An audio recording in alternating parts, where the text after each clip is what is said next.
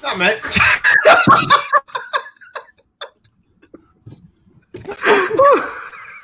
Don't let me stop you.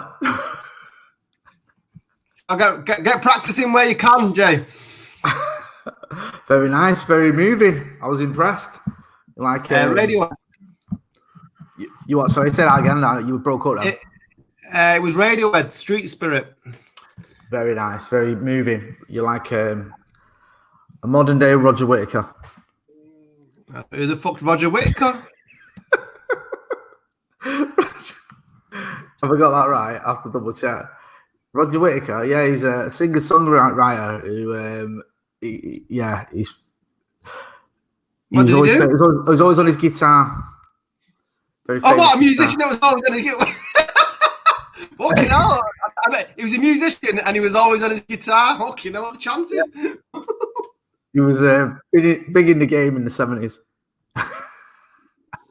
I'll have to check out Roger Whittaker's stuff. I fear that isn't much of a compliment. It is, man. He's up there with the best of them. Trust me, mate. If you have a career as a guitarist half as good as Roger Whittaker's, you're going to be buzzing. Right, okay. Cool.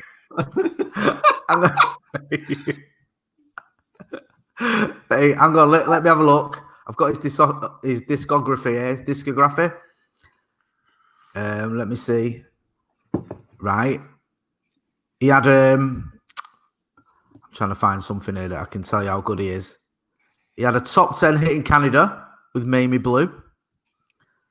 And he also he had a number 19 hit in America with The Last Farewell. Wow. Okay. Yeah, he's up there, man. He's good. Don't knock it.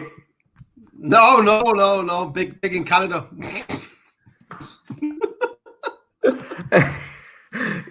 Okay, look at you and your corporate brew. I mean, I'm getting sponsored by them twats now. I know, mate. Do you know what it is, right? I'm not just making excuses here.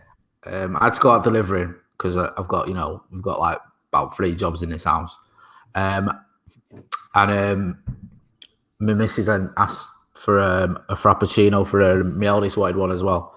So I did. I sold out to the corporate scum and bought myself a brew. You've got your eldest child a coffee?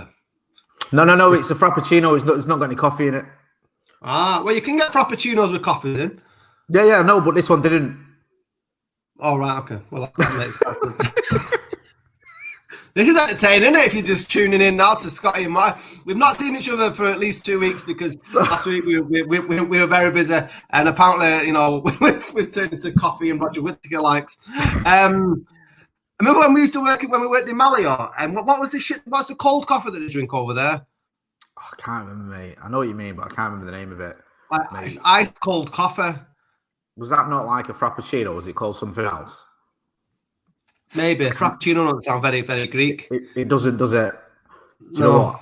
I can't remember, mate. I can't. All I remember them drinking over there was like ouzo. And do you remember they used to drink it in the day? Like remember all them buildings that were like shells? Yeah. Like, because they're not finished building them. Because all the builders just sit around drinking ouzo all day and then forget where they put the building. Just go start building another one somewhere else. To be honest, mate, I've worked on some building sites where people have been doing fucking lines of Cheng and putting houses up over here. I'm not going to start commenting on the building skills of the Crete's finest. No, that's a good point. Yeah, I have some similar experiences myself. It's good crack not working on the road. I enjoyed it. It's the best one of the best jobs I've ever had. Really?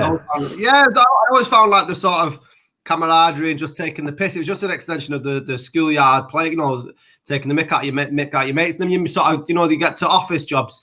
And from the last place you worked, and it's just very, you talk about corporate and stuff like that, and everyone's sort of backstabbing and stuff, trying to smooth up to the boss. I couldn't be fucked with any of that business. But yes, I enjoyed that sort of stuff. But hello, this is Scott. Go on. And that's what. So I'll just get into him now before we start waffling about pure macca as usual. Back after a 2-week hiatus. I apologise for last week. We that needs to go. So back to talk about more depressing shit that's happening in the country. But I've had a week off. I decide every year I tend to take a month off social media, and usually do it from January the 1st to do it for the month of January. And this year I thought I'm going to go early and then take December off. And I've had such a fantastic week, and I really don't know what the fuck's going on in the world, Jay, because I've not been told by Twitter how I'm supposed to feel about anything, and it was fantastic. I was like, wow, that's amazing. And like, the Manchester Derby happened, and I thought, I can make my own opinions on certain things without being told what I should be thinking. And it's quite refreshing. And I was trying to think back to a time as to when I wasn't on social media and what life was like before then, because I think sometimes you can dip your head in and it's just a hornet's nest where you're not confused, but you're not sure whether you have your own thoughts or your thoughts are being swayed by people who you don't know, but you've met online. And it's just a very weird time. So it's put me in a good mood anyway. So I'm enjoying the first week without social media. So that's it. Complete blanket. A week of no social media, no Twitter, no Facebook, no Insta, nothing. I don't know. No, I put something on Instagram, but just pictures, and I put nothing on Twitter. Because Twitter's my go-to. I think I think you're similar, aren't you, in terms of what you, So I've not been on Twitter for a month for the week, and that's the one that sort of I always find myself down a rabbit hole arguing with people that I've never met, never will meet, and then all of a sudden ruining my day at fucking 8:15 because I'm arguing about strawberries prices going up in post Brexit. No, I know what you mean, mate. I'm not as bad as I used to be. As we were recording, I've just seen that John le Carré has died. So rest in peace. There, one of Britain's finest authors. Wrote Tinker Tailor Soldier Spy amongst others. I always think as well. The Night Manager that he did. You ever read? Is it any good? Absolutely. Oh, mate, it's on BBC iPlayer. Absolutely brilliant. Michael Fassbender. It's fantastic. It's one of the best sort of because John le Carré books don't sort of translate from the book to the screen as well. I think Constant Gardener was pretty good, but this is a series. Is really good. It's Michael Fassbender and Hugh Laurie is in it as well. Really good. I'll have to check it out. Yeah, because I agree with you. I find that a lot of his books don't always translate. I thought Tinker Tailor Soldier Spy actually was quite confusing at parts. I saw Little Drummer Girl and I gave up on it. But I'll check that out, man, on your recommendation. Anyway, sorry to hear about that. But what's in cheerier notes, happier times, Brexit. What's going on there? Yeah. Well, like I said, I've come off social media, so I was at my mum and dad's yesterday. They're part of a social bubble before anyone starts saying we're not allowed to go around to anybody else's houses. They look after my kids and shit, so it's all kosher. So I dipped into my dad's knowledge of Brexit, which was interesting to say the least, because me and him have had like loggerheads, because he was one of the ones who believed the £350 million on the side of the bus thing, and we were talking about no deal, and we were talking about strawberries. And he was saying, yeah, but the strawberry industry will go up post Brexit. I've heard. I said, where did you hear that, Dad? He goes, I don't know. I think it was on TalkSport or something like that. Like, all right, really? So he goes, so that'd be good. So that'd be good for the fucking so that'd be good for the farming industry. I said, Dad, you don't even like fruit. I've never seen him in a strawberry once. He goes, but they sell them at Wimbledon. They sell them at Wimbledon. I said, but that would benefit your life in the fucking slightest. The people who are going to Wimbledon, who can afford tickets to go to Wimbledon, will not be affected by Brexit, I guarantee you. So while strawberry prices, may not go up, or the strawberry industry, but it looks like we're heading, I think it's 12 days now, they've had an extension between Boris and the EU negotiations, because they still can't get the deal over the line. And there was rumours this week that we were threatening to have warships or whatever the fuck along the channel in case French trawlers were moving into our waters looking for whatever fucking I'm not into fish. Whatever fish is fucking are there. Imagine it's some what's our fish? Like what is there a national fish? In our waters? Is it cod? Yeah, that's like cod and haddock and all that, isn't it? Where's Robson Green when you need him? Hey, it's not tuna, is it? That's more like that's an exotic fish. That was my plan, go tuna fishing, but I don't think, like we discussed earlier, I don't know if there is even any tuna fish around there. Cod and haddock sounds about right, but one thing that makes me laugh about all this, I have to laugh or I'd cry, is when we were talking about Brexit and like you saying £350 million on the bus. Oh, hang on, are you frozen there? Are you all right? Have you frozen? Oh no, you're back again. Yeah. The £350 million on a bus that we give to the that we give to the EU, we'll go into the NHS. I don't remember at any point in the discussion was there any talk, or when they were advertising or campaigning for leave, was there any talk of we'll go to war over fish? Like, by the time this all comes round, we'll be sending gunboats in to protect our haddock. What? What are you on about? No. I'm like, I mean, I get, right, that fishing is important to people, and I get it's the livelihood and all that, but how has it come to the point where we're actually prepared to engage in naval battles over halibut? What's going on? Fish wars with Boris Johnson. Lynn, it's a partridge. It's a partridge. Fish wars with Britain and France. What? Can you imagine Boris over fucking like his Christmas turkey playing battleships over fucking halibut? Oh no, the French are going. Yeah, it's just ridiculous. I think there's real danger here that this is descending not into just fast, but dangerous fast. People are already suffering with the economy, with COVID, with everything that's going on with the pandemic. Obviously, you throw in the financial ramifications of a no-deal Brexit, and then you're throwing in things like we could actually be involved in some sort of bizarre conflicts over fish, and it just seems like the more you see and the more you hear and the more you read about it, it just seems like the most ridiculous decision any country could ever make. Like, this is just so unnecessary. Was mine in your life, be honest, right, adversely affected by being in Europe, being in the EU? No, not in the slightest at all. I wanted to talk about this actually to see what the biggest sort of how you think it'll affect you, or the thing that you'll miss the most out of not being in the EU, and obviously the financial ramifications of certain industries. We talk about like car plants and the likes of Wales and Sunderland as well. As much as I dislike the place, I wouldn't want to see anybody out of work because of it. And there will be that, and it's a lot of people when the old saying about turkeys voting for Christmas, and it seems to be a lot of the places that have actually voted for this thing are going to be the ones that are massively affected by it. But no, there was no way on earth that I was affected by it. And this is a conversation I had with my dad yesterday. He went 52% of the country voted for this. And then he turned around and says, what did you vote for on the last vote? I said, I wasn't fucking born, Dad. You think you'd know that? I know. I started questioning certain things, and then I looked at him and I thought, well, I'm not getting you've got there's no, you ain't got legs to stand on there, son. 100%. You probably But Jay, what do you think will be the sort of personal things that you're sort of fearful about that will affect your life or your future or your kids, that you're sort of as we're not part of the EU, when you're seeing certain things?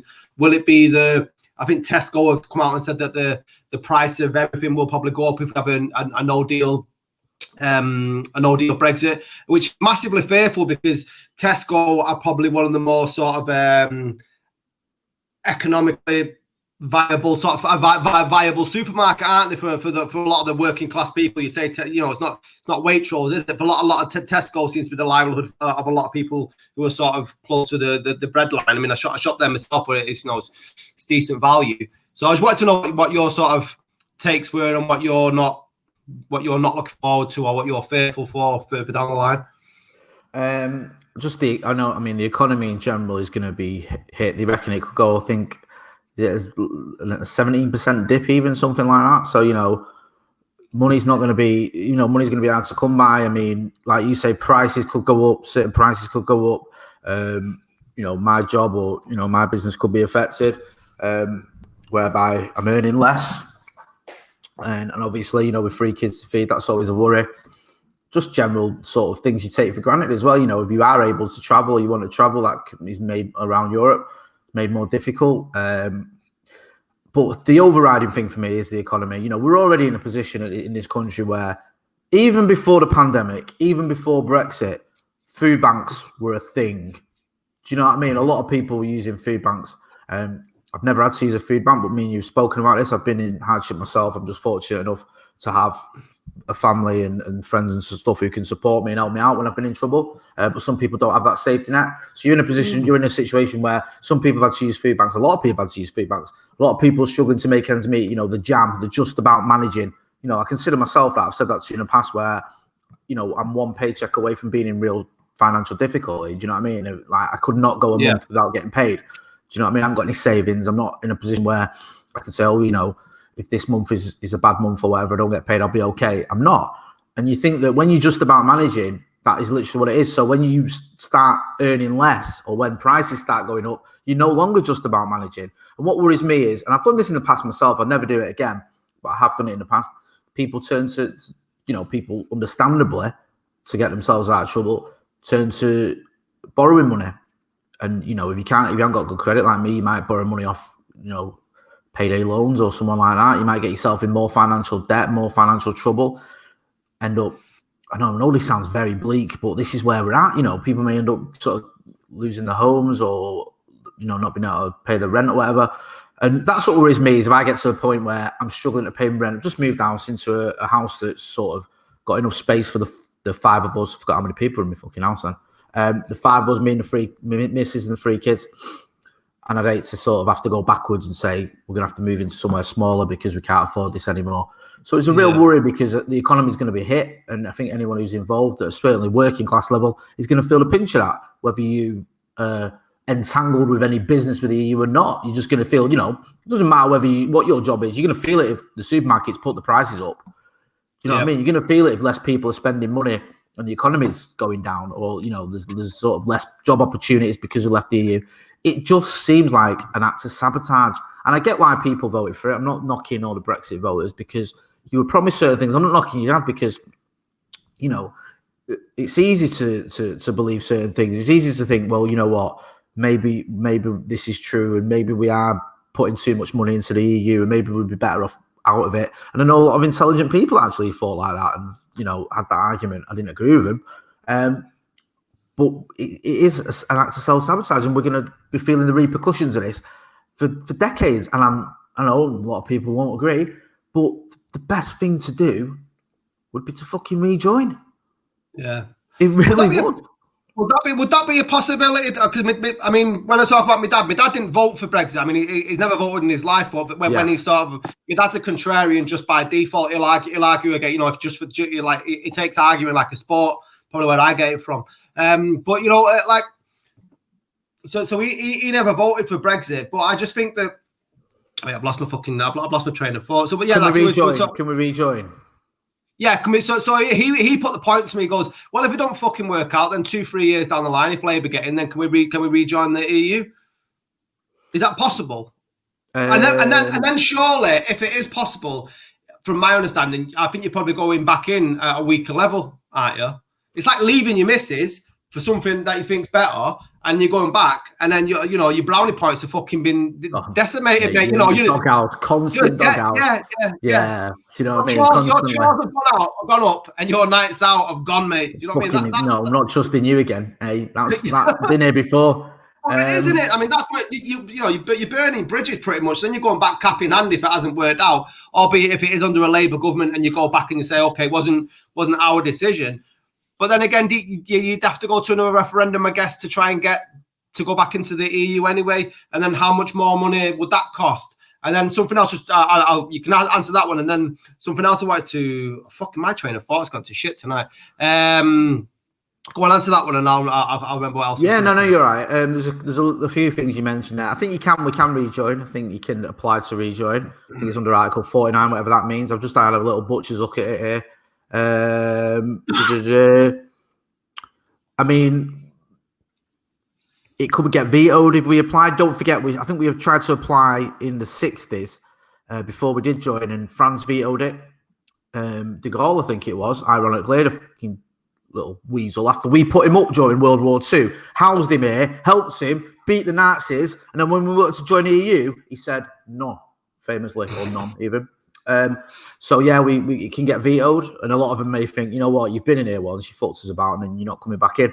But it's not. I mean, the idea of the EU is it would be stronger with more countries in it, especially regardless of what you think of Britain, we are a massive country in Europe, in European terms, and powerful country with a massive economy. So you would think that they would accept us back in, hopefully.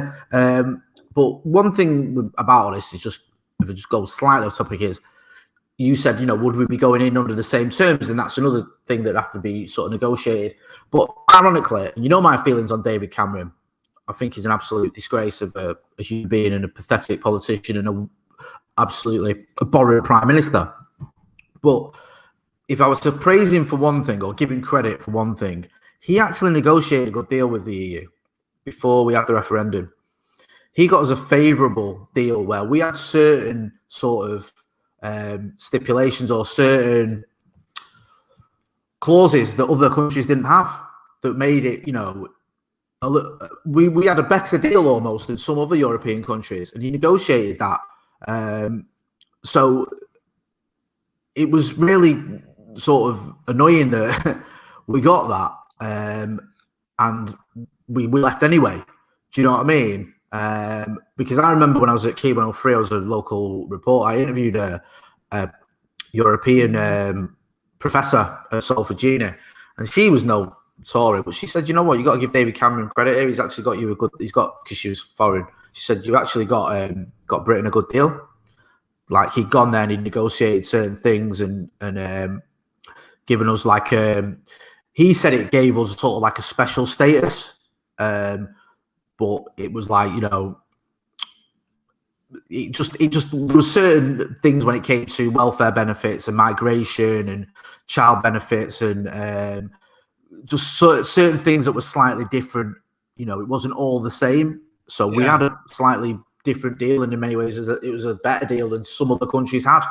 But no one cared about that. Everyone just sort of said, well, we don't want to be in, or half the 52% or whatever, so we don't want to be in the European Union. Why go into it? When you've done that, why then allow a referendum? He basically, this is a good question. Arrogant? No. Well, you could argue that. Basically, there was a civil war in the Tory party.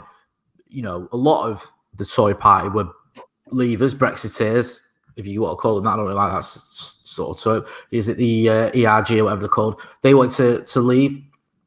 You had UKIP, don't forget, climbing in the polls. A lot of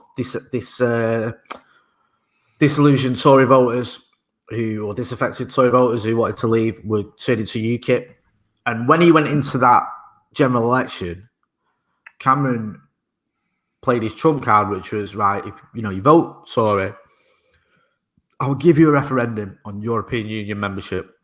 So if you want to leave, you vote for me, you're going to get the chance to leave because we'll have a referendum.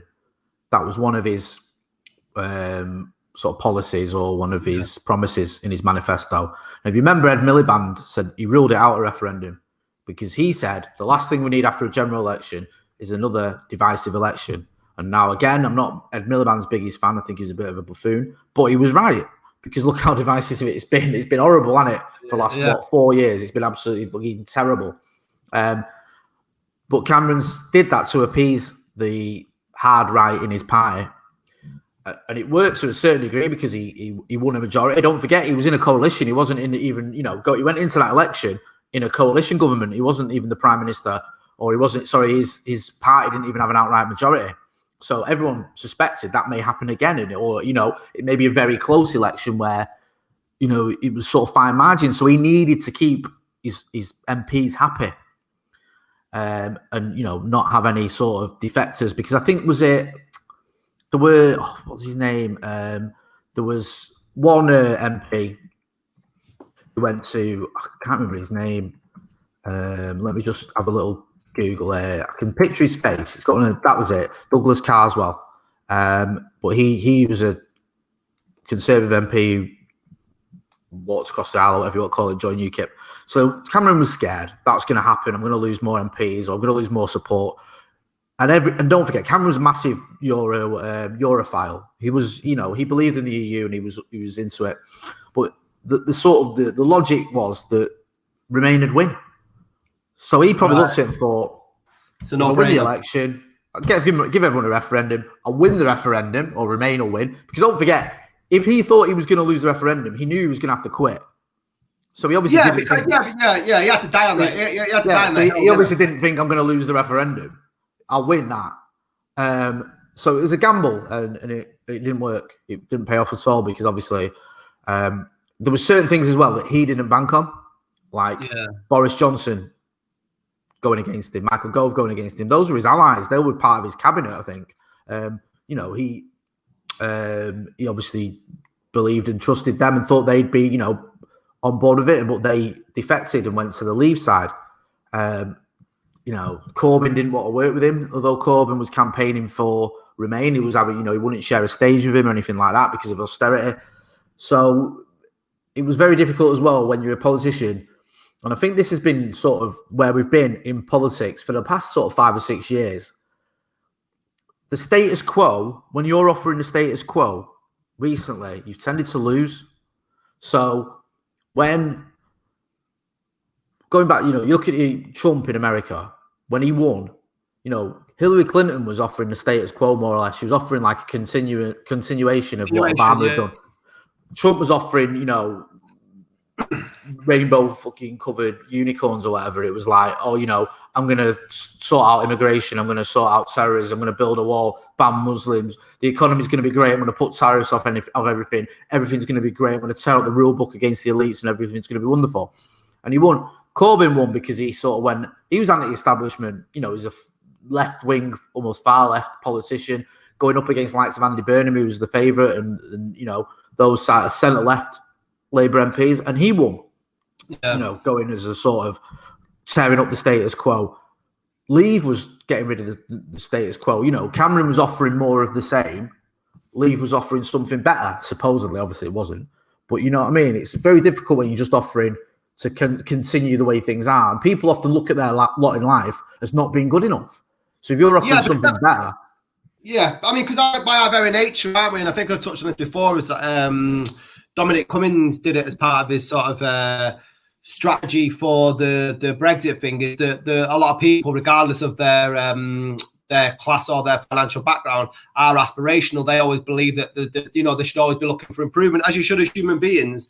And then if you're selling someone and you are earning next to nothing, then when you are on a breadline and you want to do better, and somebody else comes along and says, "Here's some fucking magic beans. We're going to get you, we'll get you a beanstalk for a castle in the cloud."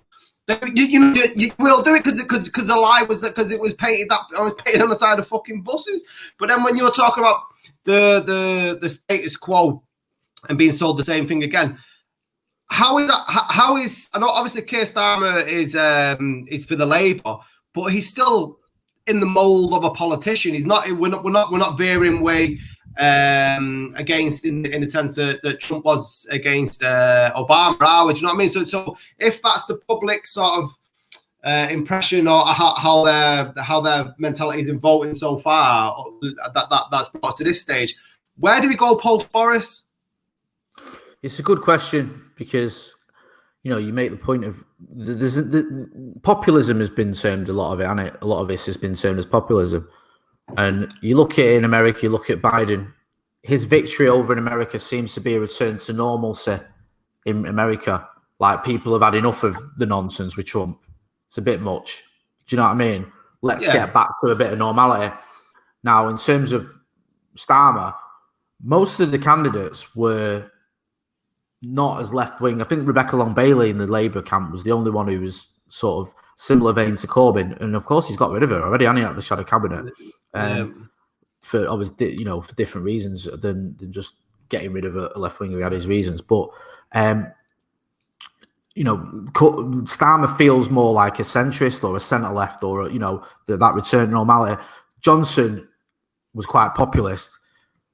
He's got all sorts of issues going on with this Brexit deal, and if he goes, then you're going to look at the Tories and who's going to come in there. Is it going to be, I don't know, who's the candidate? If Johnson did end up losing his, having to resign, or there was a civil war in the Tory party because of Brexit and the shambles it's gone on, or whatever, or having the pandemic, anything that sort of blew up in his face, then who would step up? Who would be the next one? The Tories are always going to have a sort of similar ilk. Starmer's more centrist. The problem he's got is, can he appeal to the left? Can he appeal to the momentum type of people that were voting for Jeremy Corbyn? And he's struggling with that at a minute, innit? So to answer your question, post sort of Boris Johnson, I think the Tories will just sort of, remain almost the same as they are, pardon the pun, where Starmer's got to really try and convince. I think he's got a sort of battle on two fronts. He's got to convince some of the people that, you know, would voted for Corbyn or were very left wing or were left wing, not even very left wing, who look at him with some skepticism. And he's also got to appeal to some of the more moderates and the right wing of this country. Yeah, he's got to pull from both sides. Not necessarily the right wing, but you know, the middle classes, the sort of those types of people. Like Blair did. Blair appealed to everyone, didn't he? I'm not saying he should be enough to Tony Blair, but it's for me. I just think Starmer, he's just uninspiring. Yeah, I mean, when you're making the comparison between like Trump and Biden getting back in America, I don't think it'd be remiss not to talk about the number of votes that Trump got, because there were still a massive amount. You know, I think he's the highest ever losing president, isn't he, in an election? Isn't that right in America? So there's still a massive amount of people. So if you look at if you take that as the sort of theory and put it onto ours, you still may see that over here because with Boris Johnson. Because I know I was talking about populism. Boris Johnson is probably the most left field Tory MP in Tory Prime Minister on reflection, really, isn't it? When you're looking against types of the likes of Cameron, I don't know, Thatcher, Major and stuff, they're a lot more straight laced.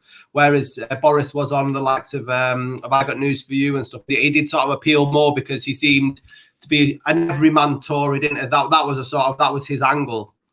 Yeah, I mean, he was almost like a comical figure. He was, you know, funny, quite charismatic in his own way, and you know, and people could, you know, sort of buy into that and think, okay, this guy, you know, he's not like the other politicians, which seems to be the thing that a lot of people were sort of enticed by. You know, whether it's Trump, whether it's Corbyn, whether it's Johnson, you know, he's not your typical politician. Do you know what I mean? Yeah. Like, even Corbyn's been an MP and a politician for almost all his life. He was different because he was so left-wing. Trump was different because he wasn't a politician. Johnson's different because even though, again, he's been a politician or a Tory MP or a Tory, all his life, you know, like you say, he's on Have I Got News for You? He's, you know, rugby tackling people in UNICEF football matches. He's this, you know, coming down the wire with his Union Jacks, and he's just this buffoon almost, but, you know, a comical one that people sort of thought, oh, you know, it's different in it. And Boris Johnson, Bojo and all that nonsense. But, you know, you get to a point where you need someone who's going to deliver. You know, Trump, you're right, got more votes than any sitting president in history, but he lost to more votes than any sitting president in history. Yeah. You know, let's not forget, Biden won by, 6 million votes? You know, what are we on? 300. It's the same number of electoral college votes difference between Biden and Trump than there was between Trump and Hillary, and Trump called that a landslide. Right. So, by his own rationale, he lost by a landslide.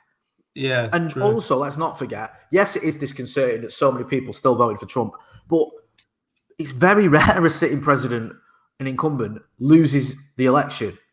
You know, you look at Clinton, with all these issues, won a second term. George W. Bush, with, you know, a man who's, you know, probably one of the thickest men that's ever held that office, genuinely stupid, won a second term. Yeah, Reagan walked it, absolutely walked it.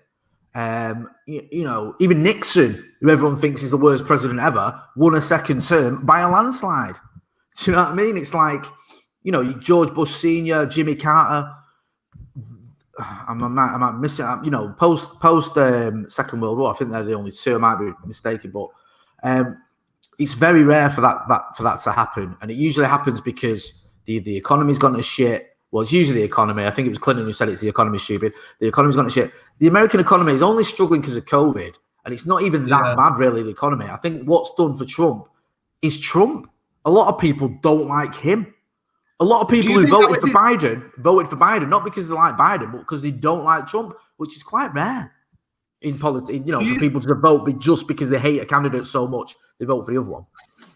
Do you think he was his own undoing? And before I move over to stateside, I want a question before this. But do you think if the pandemic doesn't come, does Trump still win though? Because I think was it how he actually behaved this year during the pandemic? Was that his undoing? Yeah. 100%. I agree. I think you're right. Trump's always been distasteful. He's always been hot-headed. He's always been blunt and brash, and no filter. And he's always been about sort of big business, just making his mates money, and very, very capitalist, obviously. Not even about reaching out to anyone outside his base.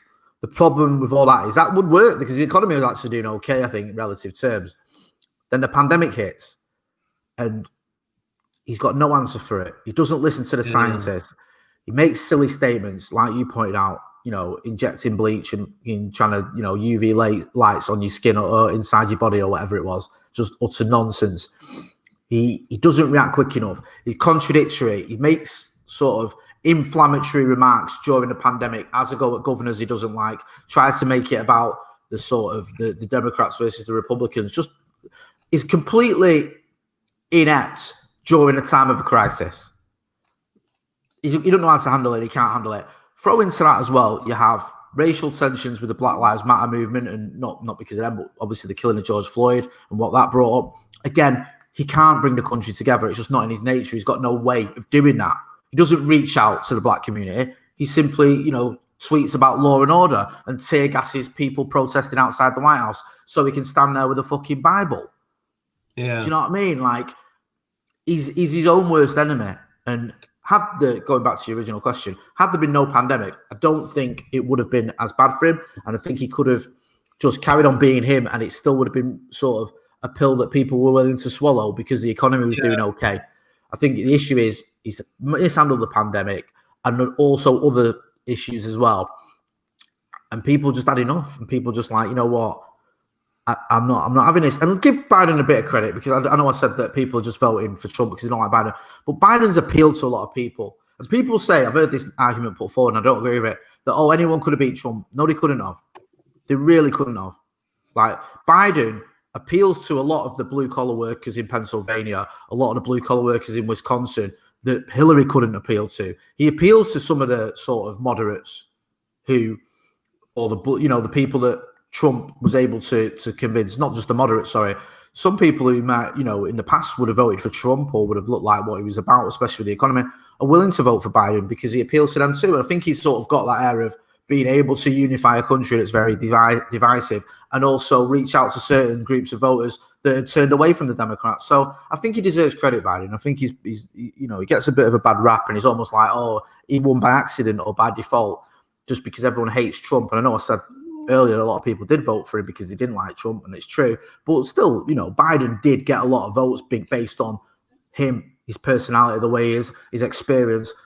The vice president pick he chose as well, and also the way he was able to handle himself in the debates and things like that. So it's not all sort of just on Trump. I think we have to give Biden a little bit of credit for getting over 80 million votes. Yeah. Credit where credit's due. And the way I was posing this question is because if you're looking stateside and you're looking at how Biden's got elected by his own credit, but also Trump's undoing, which was by and large because of the whole pandemic. Do you think over here, obviously we've got 3 more years of the Tories and going into Brexit negotiations, that's looking like a no deal or a shit deal at best. Is this a sort of silver lining for the Tory government, this pandemic? Because do you not think that they will be able to hide sort of austerity and the ramifications of how much money the pandemic's cost us? Sort of hide Brexit underneath that. Do you know what I mean? Because when the country, when prices are rising and stuff like that, Tories can turn around and say, well, we've had to give you furlough money and all that. Do you know what I mean? That might mask the sort of dent that Brexit might make. Obviously, because we'll be getting it twofold. But do you know what I mean? If you were a PR man, that'd be the way you'd spin it, wouldn't you? Yeah, 100%. And I think they will. But I don't know if people will stomach that. If your life is worse after 10 years of the Tories, or 11 years, whatever it'll be, next year, sooner or later, you're going to start looking at them. And you're not going to just buy it, are you? That, it's just a pandemic. Do you know what I mean? Like, I don't know. I just feel that, yes, in answer to your question, I think they will try and do that. I think they're already doing that. If you look at some of the statements and comments that are being made, it's like the pandemic, what we've done, we've had to sort of maintain the economy, and no one could have predicted this. And, now we're getting the vaccine out quicker than any other country, and it makes you proud to be British and all this other drivel. But I think for the average person, if you're struggling, sooner or later, you're going to look at the government and thinking, what is the government actually doing to help me? And is the government partly responsible for the struggles that I'm going through? So I just don't know whether people will buy into that. I think some might, but I think a lot of people see it with the skepticism it deserves. So, me and you've spoken about this constantly on this podcast. And I think the one thing to remember is we've got another 4 years, is it, of the Tories? And it's a lifetime now. You don't know where we're going to be in 2024 or whenever it is we next go to the polls. So 2024, the economy could be rejuvenated. Everything could be hunky-dory. Boris Johnson may look like the fucking messiah for all we know. I know, it's far-fetched, but, if I'd have sat next to you 8 years ago and told you Donald, or 6 years ago, or even, I'll tell you what, even 6 years ago, sorry, 5 years ago, get it right in the end. If I sat next to you 5 years ago, whatever it was, and said Donald Trump was going to be president, you'd have thought I was fucking back on the sniff. Wouldn't you? Wouldn't you? Be honest, Scott. I mean, that's what we're talking about, populist leaders. You just don't know, do you? If Donald Trump can get in, then who could get it? Is the floodgates open for anybody? Do you think we might see that over here? No, I don't know. No, I don't. I'll tell you why. I mean, Donald Trump got in almost because he used the Republican Party as a way to get into the presidency. Don't forget, Donald Trump was a Democrat at one point. He was a libertarian at another point. Do you know what I mean? He was about as much a Republican as he was a giraffe. Like, this idea that Donald Trump's conned a lot of people into, was conned fucking millions of people all his life, but he conned loads of people into thinking he was a Republican. He wasn't. I think that came up in the debates when he was going through the primaries against other Republicans who were Republicans. He conned people into believing he was religious. Donald Trump's no more religious than, Ricky Gervais.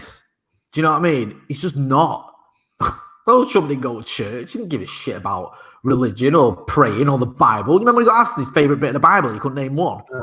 The best. He's like Alan Partridge, the best of the Bible.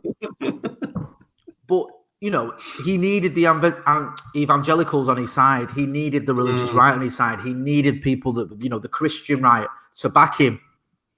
So he appealed to them. And Barack Obama was very religious, or is very religious, went to church all the time, had his own pastor, was a religious man. Joe Biden is a devout Catholic. Yeah? Do you know what I mean? These are religious. But money talks. Money talks, and that was the point I was trying to get to, is that if there was maybe a populist sort of leader or someone who wasn't in politics per se that fancied a run, and then you'd see like Keir Starmer struggles in the Labour, but they have I don't know, let's go like for like. Could you see like Alan Sugar or someone like that leading, getting in Labour? The way it's done is slightly different though. I mean, I know Corbyn sort of got in almost in a way no one saw coming. Do you know what I mean? Yeah. When they changed the rules, didn't they, in Labour and how you vote for a leader. So I think it became one member, one vote. So that changed because I think it used to be different. Like the PLP had more of a say and all that sort of stuff. But it became, you could join the Labour Party and vote for a leader when there was a leadership election. And Corbyn got voted in because 300,000 or whatever it is people joined the Labour Party. And a lot of them voted for him because he managed to sort of mobilise the youngsters and the people that just had enough of your everyday politicians or whatever. So in that sense, yeah, maybe it's possible. But I'm not too sort of au fait with all the rules and regulations on how someone can get into a position where they can run for leader. But if you were saying, could Alan Sugar, then as an example, I think he's left the Labour Party now. So if he was to return to the Labour Party and then that was after Corbyn though, wasn't it? I think he left. He left when he was a Lord under Labour, but I think he left. Then maybe that could happen, but I just don't see it. I think we've got more of an establishment here than they have in America, and I think it'd be very difficult. I mean, it's not beyond the realms of possibility. You could see someone end up doing that, sort of a TV star or a reality TV star becoming a part of one of the main parties and becoming its leader. I think it'd take a little while, but it could happen. Obviously, we've seen. Is it? I know this is a bit different, but is it Tracy Babin, the former Corrie actress? She's in the Labour Party. Glenda Jackson, obviously, was an Academy Award-winning actress. She became prominent in the Labour Party. People change careers, and you can become a politician when you've done something else. So someone could join Labour or the Tories or the Lib Dems and eventually end up as Prime Minister, who right now is doing something completely different. Do you know what I mean? Ronald Reagan was an actor and ended up president. So, yeah, it can happen.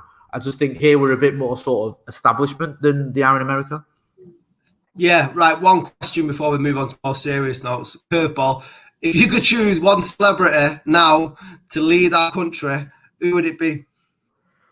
If I could choose one celebrity to lead our country. You got to nominate someone famous in any industry, but it has to be a well-known figure. Who would you like to see? You know the answer to this. It's so easy, it's so obvious. Who I'm going to say. If you don't get this, I'll be amazed. I don't know what we've been doing for the last 17, 18 years of being bezies. Who's the de facto prime minister in this country? Within Shaw's finest, man. What's the matter with you? Marcus Rashford, obviously. When you wheel Fergie out. No, man. I love Sir Alex, but Marcus is running the country without any help. Do you know what I mean? Imagine what he could do with actual help and the authority to do it. Yeah. I mean, let's touch on the football now. I know you want to go to No, mate. Listen, the floor is yours, Senator. So we were talking about UKIP before, and obviously the football fans were allowed back into the stadiums last week, and Millwall fans were allowed back in, and were booing people taking the knee. Obviously, if there was one football club that was, if you put a poll on any social media and you could suggest which football club was going to do that, everybody would say Millwall. They were the first team 17 years ago that were charged for any racial discrimination by the FA, and they've got a horrid charge sheet against them for racist behaviour. And I know it's not all Millwall fans, but it just does seem like they have something sort of innate in the culture of that club that massively needs addressing. And then on the back of that, UKIP got on it and then put a poster, "Boo like Millwall" was the hashtag, and it was just, I was like, you fucking weird fucking bunch. What did you make of that, Jay? And obviously you look at people like Les Ferdinand's come out, and I think QPR don't do it, do they? Or they did when they played Millwall this week or last week. But Les Ferdinand says it seems a bit more like a token gesture. What actually happens by it? I know Anthony Joshua didn't do it last night for his win against Pulev. So whilst it's raising awareness, can you see any? I'm not asking you to side with Millwall, but just to try and be dickhead's advocate, could you can you see any argument for sort of booing or being against people taking the knee? I don't see any argument for doing it. And I think people are conflating standing up to racism or kneeling to combat racism or to protest against racism with supporting the Black Lives Matter political party or whatever they think is some sort of political movement. The two aren't the same. People keep doing that, mixing it up. I think it's a gesture and it's to raise awareness. It's like you say, so whether you take a knee or you hold hands and hug or whatever it was it's the same thing. You're protesting and making a stand about racism. I say taking a stand, hypothetically, not physically. So people just not making any sense. If you all hug to show your anger or your sort of desire to end racism or your need to raise awareness about racism, that's your way of showing that. That's no different than taking a knee in terms of what you're doing. It's not like, okay, taking a knee is not acceptable, but everyone linking arms or whatever, that's okay. It's the same thing. It's doing the same, it's taking a stand or making a statement about the same thing. So this whole, it's taking the knee is part of this Marxist group. It's just fucking drivel, and it's just nonsense. It doesn't make any sense. So I kind of get the idea of being forced to do something you don't want to do can be counterproductive. I get that. I don't think booing is the answer.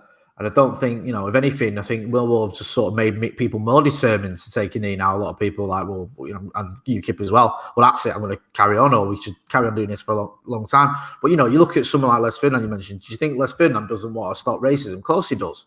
He's not John Barnes. So obviously he wants to take a stand. And allegedly. And do something, but he just felt that it was becoming, contrived or pointless or whatever. So he was like, QPR just aren't going to do it. I get that. So I do think we need to look at it, but I don't think, UKIP and Millwall fans have just undermined their own argument, because now more people are going to be like, do you know what? If they're against it, then we're for it. But I mean, whether it's kick it out, whether it's, taking a knee, whether it's statements, whether, I mean, when I see John Serry taking a knee, do I think he's anti-racist? No, I don't. Do you know what I mean? I don't. I think he's doing it because he knows he's got to.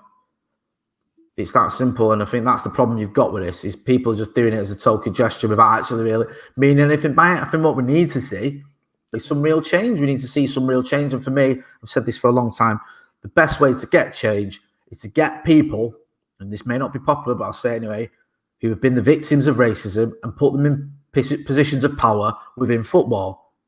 If you want to see some real change in here, and I'm not just saying everyone in the FA should be black. That's not what I'm saying. If you want to see some real change, then yes, have a more diverse board at the top level in the FA or in the Premier League. Get people who know what it is like to be the victims of racism and experience racism, and get them involved in some of the decision-making process. Show that you really care and that you give a toss, and you've got people that know about it because they've been through it, rather than just having people that have read about it in a book and are trying to do, what they think is right. That's the way to get things changed. I don't want to go too much off topic, but it was like years ago when we had the Oscars So White campaign, and I fucking hated that. I did, not because I don't want to see black actors and actresses or artists recognised for their work, but I don't like the idea of, well, now let's just put if we put a black nominee in there, then that's going to sort all that out. And what it was actually doing was it was talking about changing it in the wrong way, because for me it was like, oh well, we need to see more recognition for diverse artists, diverse actors, and that isn't, more Academy members need to be diverse, whatever. But how many of the sort of studio heads are diverse? How many of the people at the very top in the boardrooms of MGM or wherever, are non-white? That's when you get real change. And I think that's where you should have been looking at, rather than just, we would give Will Smith an Oscar nomination for, Concussion, which, by the way, wasn't a very good performance anyway, and his accent was terrible. Then that's going to be okay. And it's like, no, it's not.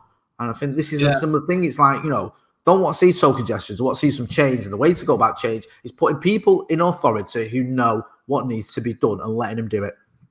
Yeah, I worked with several organisations this summer as part of like a focus group as to how these organisations can be more diverse, or what they can do in the for Black Lives Matter. And a lot of it was reactionary. It was because of all the whole George Floyd movement, and they were trying to do something, but they were putting in plans like for 6 months down the line.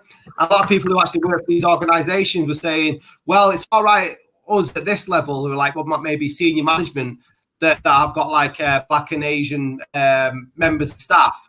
But if you look on their website of these organisations, everybody's white. Do you know what I mean? So what sort of statement are you making? And then if you bring it back to football, you look at Greg. Is it Greg Clark, who was the had to resign from the chairman of the FA, and the statements he made, and that just shows if he's in the charge of the FA, he's making statements about. And I'm quoting him here, so it's not my language. We're talking about coloured players, or he's saying being gay is a life choice, or he's saying women footballers don't like the ball being blasted at them. And he's the head of the FA. What sort of message does that send to the people below them? And it's true. It needs to be happening at board level, these sort of announcements. But who's going to be the person that goes, you know what, I'll step down to let somebody in? You're going to have to, people would have to want to lose their jobs to do that, or open up more doors, and I just can't see what people wanting to do that. Just on the taking the knee, and with this weekend it was, I think it's this month that they're trying to raise awareness for homophobia in football, and a lot of the captains were wearing rainbow armbands. How do you feel like do you think there's any priority for racism over stuff like homophobia in football, and is that fair? Do you know what I mean? If you're a gay footballer, you hear, and we've both been to lots and lots of games, and I've heard homophobic slurs in the stands as much. I've never heard anything racist in the stands, because I challenge it, and as I did when it's homophobic. But I know racism is more prevalent. Do you not think there should be can you sort of equal the awareness? Do you know what I mean? Should there not be?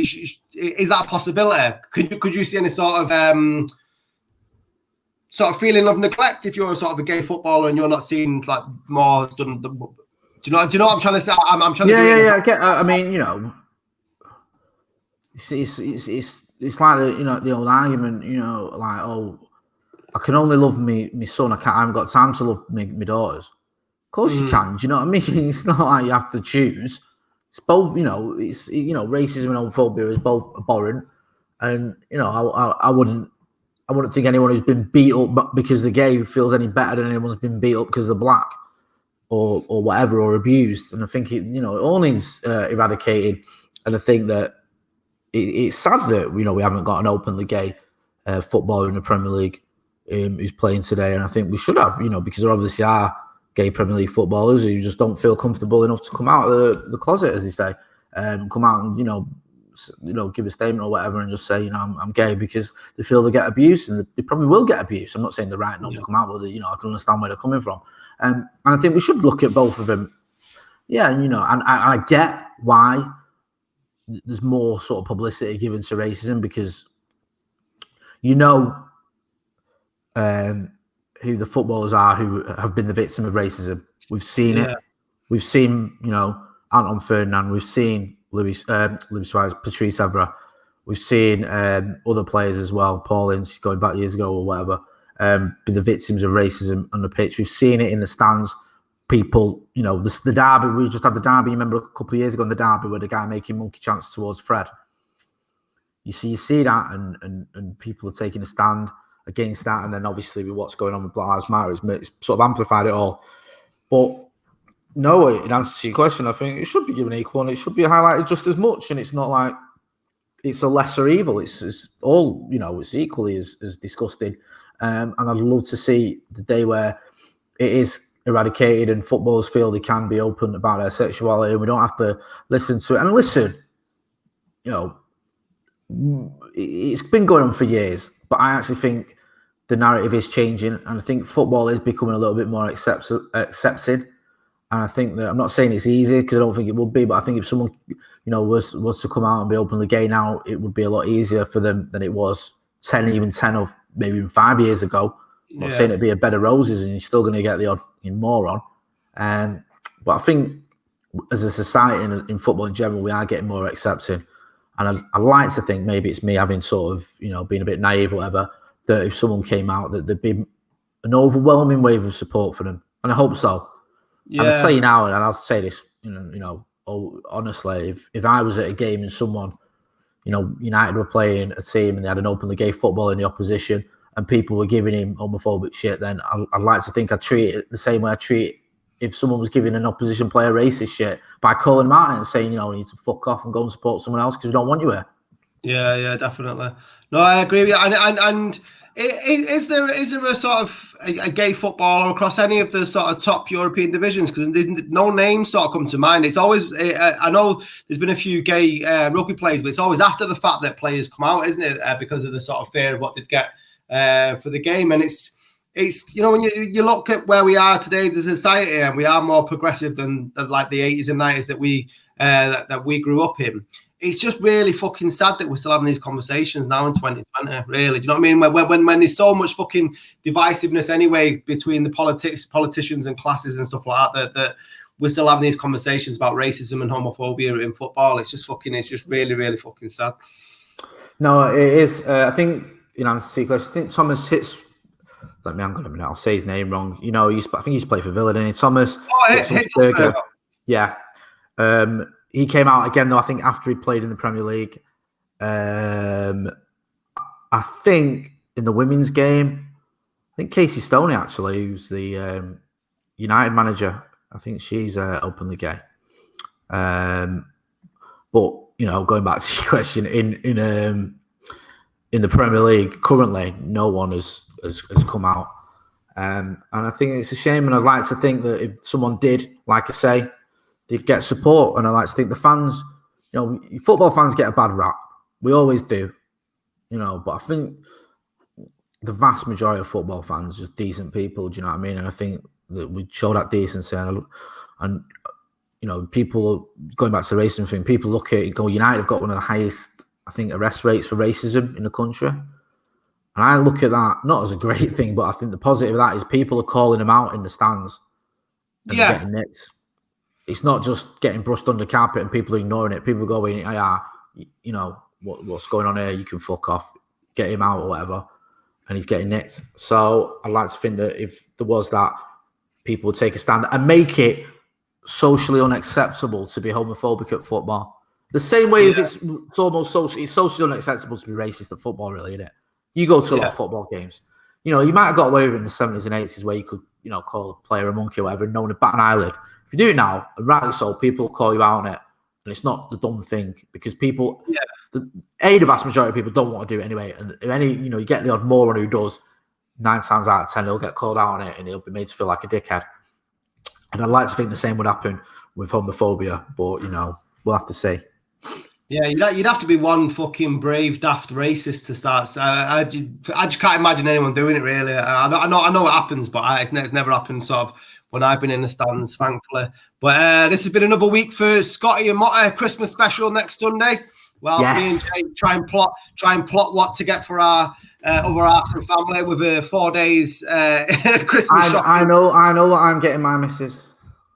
What are you getting her, mate? I'm getting her a signed Our Kids CD because she's already got one. She's your biggest fan. So your missus and my mum. I've got 2 fans. So that's Christmas. So don't let me down. You can do one of them videos. You can do like a personalized Christmas wish. I was looking through some of them before, like the fucking Razor Ruddock's charging £25 for a fucking voicemail. What? Razor Ruddock? Yeah, 25 quid. Getting his car repossessed. Razor Ruddock. Matt Letitia, 20 quid. You can get Matt Letitia to do stuff. That might be worth actually doing just for a joke on this show. Just getting Matt Letitia to say something. That way. Yeah, that's pay him not to say anything to us. What's 20 quid? Should we send him 200? We'll scrape together all our money and we'll send you 40 quid not to send us any videos, not to make any more. Fucking, I can't believe that anything worse. Yeah, we'll have to think about that. We'll do that. We were going to do that to one of my mates and get people who don't like celebrities. But we couldn't be bothered because we looked on it and like whatever I forget the name of the site that you go on. What's it now? I can't remember. Anyway, Cameo. There's a site Cameo. That's it. Thank Cameo, you. Yeah, you go on Cameo and you can get people to send you. And we're going to get some of the fucking people he's had arguments with on Twitter or whatever to do it, but we forgot about it. But yeah, it might be something to look forward to. So check out next week's edition of Scotty and Motty. We may have, Matt Letitia wishing us happy Christmas. Stay tuned. We shall see you next week.